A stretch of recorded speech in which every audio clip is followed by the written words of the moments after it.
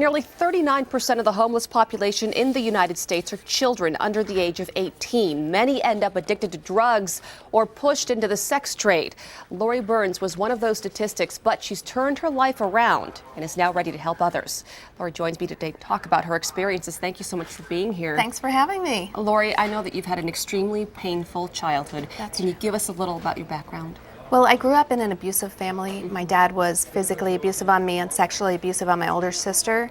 And the abuse was witnessed by a stranger, and my father hid a gun and told the police that I had it when I was 13 years old to try and keep himself from getting arrested. And I went into a mental institution where I was tied to a bed in a straitjacket, and that set the feeling for the rest of my teenage years. And I ended up in the system, the foster care system, addicted to intravenous drugs, and eventually, at the age of 18, homeless and a prostitute. That, a lot of people don't survive that, much less all of that in one lifetime. How did you turn your life around, and why did you decide to write a book and share your experience? Because many people are afraid to talk about some of the things that they consider shameful, even though they're the victims. Right, it's true. And it's the very thing you're talking about. Most people don't experience that and get out alive. And I speak all over the place. I speak all over the nation and UK and Africa last year. And I only have an hour to speak, and people always said to me, you should write a book. And when I started thinking about sharing the methodology that I used to get out of not only prostitution and homelessness and the streets, but actually become a Fortune 100 executive, I thought I've got to write the book for people that were abused, for people that have family secrets, because I truly believe when I started talking about the secrets that happened when I was little, that's when my whole life freed up.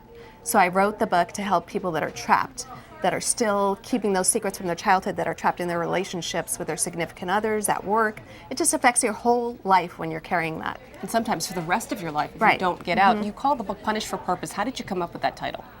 Well, as a kid, I thought, God must hate me. He must have put me with this family because I was a witch in a past life. So I thought I was being punished, and that's why I had this family. But as an adult now, having fostered 30 at-risk foster youth, and some of the, the kids are like prostitutes, drug addicts, cutters. The county leans on me to give me the youth that they struggle with.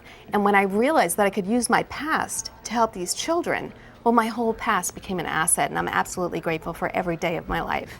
As you just mentioned, you are a successful businesswoman, but you devote a lot of your time to these foster kids. Have you seen change happen in their lives just by sharing what happened to you? Yes, I'm a stand for talking about the secrets from your childhood. They're scared to talk about it because they think it's protecting them. They also think, as a child, I thought maybe someday my father will love me if I don't tell on him. It was the very thing that I was protecting myself from, keeping those secrets, that would free me in the end. When I started talking about it, it healed the whole family. So I talk a lot to my kids about speaking about the truth and healing the whole family and becoming a change for the next generation. You are very inspiring. We're running out of time, but I want you to talk about the Team Project before you go. Yes, the Team Project was founded 4 years ago when I found out that kids leaving foster care are going homeless. 65% walk out with no money, no car, no parents, and they were 40% of our homeless population at that time. And I was driven that in this lifetime I will change that, because I believe it's criminal for our foster kids to be walking out onto the streets at 18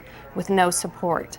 Lori, you are so inspiring. Thank you so much for being here and sharing your story. Yes. For more information, we have a link on our website. Go to komonews.com and click on Komo 4 TV.